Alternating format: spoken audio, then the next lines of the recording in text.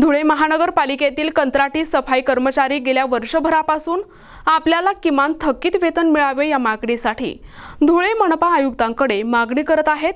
मात्र त्यांच्या या मागणीची कुठल्याही प्रकारची दखल घेतली जात नाही।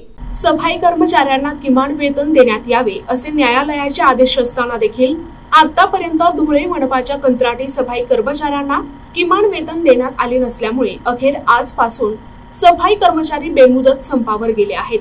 धुळे महानगरपालिकेचे अधिकारी ठेकेदाराशी हातमिळवणी करून आमचे शोषण करीत असल्याचा गंभीर आरोप यावेळी कर्मचाऱ्यांनी केलाय। आमच्यावर संप करण्याची वेळ ही धुळे महानगरपालिकेमुळेच आली आहे अशी संतप्त प्रतिक्रिया सफाई कर्मचाऱ्यांनी दिली।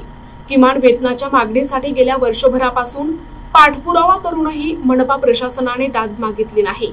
त्यामुळे नाईलाजाने ही टोकाचे पाऊल उचलल्याचे आंदोलकांनी सांगितले। या बेमुदत संपामुळे शहरातील स्वच्छता व्यवस्थेवर मोठा परिणाम होण्याची शक्यता आहे। किमान वेतन सर्वात प्रथम मुद्दा आमचा किमान वेतनाचा आहे। किमान वेतन म्हणजे अजून 2 वर्षापासून आम्हाला हे प्रशासन ठेकेदाराशी हातमिळवणी करून आम्हाला आडीत धरण्याचं काम करत आहे। आम्ही धुळे शहराला आडीत धरत नाही, परंतु धुळे शहराचे जे ठेकेदार आहेत, जे बाहेरचे असो का धुळ्यातले असो, आमच्या ठेकेदाराशी काय वर नाही, धुळेकरांची काय वैर नाही, परंतु आम्ही जे कर्मचारी आहेत आमचं हे शोषण करत आहे धुळे महानगरपालिकाचे अधिकारी लोक। कारण 2 वर्षापासून आम्ही पाठपुरावा करत आहे, आमच्या पाठपुराव्याला काही यशच मिळत नाही। सतत आम्ही आयुक्त मॅडमला, कामगार अधिकारी मॅडमला, कलेक्टर मॅडमला, SP साहेबांना 2 वर्षापासून निवेदन देत आहोत, पण त्या निवेदनाला अजून काही यश येत नाही।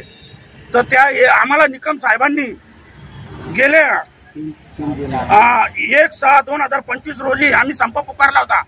त्या संपामध्ये आम्हाला अनुप भैयांनी, धुळ्याचे स्थानिक आमदार अनुप भैया अग्रवाल यांनी धुळे शहराचा आराखडा बघितला। धुळे शहरामध्ये घाणीचं साम्राज्य पसरलंय 1 तारखेला, आणि बकरी सारखा सण असताना तुम्ही लोक संपावर बसू नका, धुळे शहरात गंदगी वाढीन। तर भैया साहेबांच्या शब्दावर आम्ही संप 3 तारखेला मागे घेतला, आणि भैया साहेबांनी आम्हाला शब्द दिला, तुम्हाला आम्ही 15 दिवसाच्या आत तुम्हाला किमान वेतन लावून देऊ।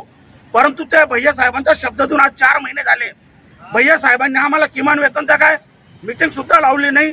म्हणून आता आमच्यापाशी शेवटी बेमुदत संप करण्याचा शिवाय काय पर्याय नाही राहिला।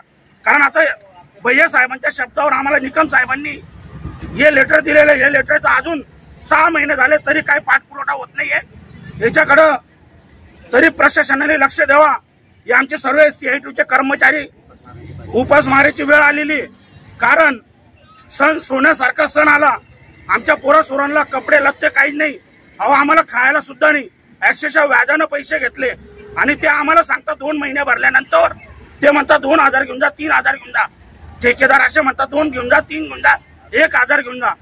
हे आता 2 महिने भरून गेल्यावर सुद्धा पगार नाहीये, म्हणजे आमचं फक्त शोषण करतायत।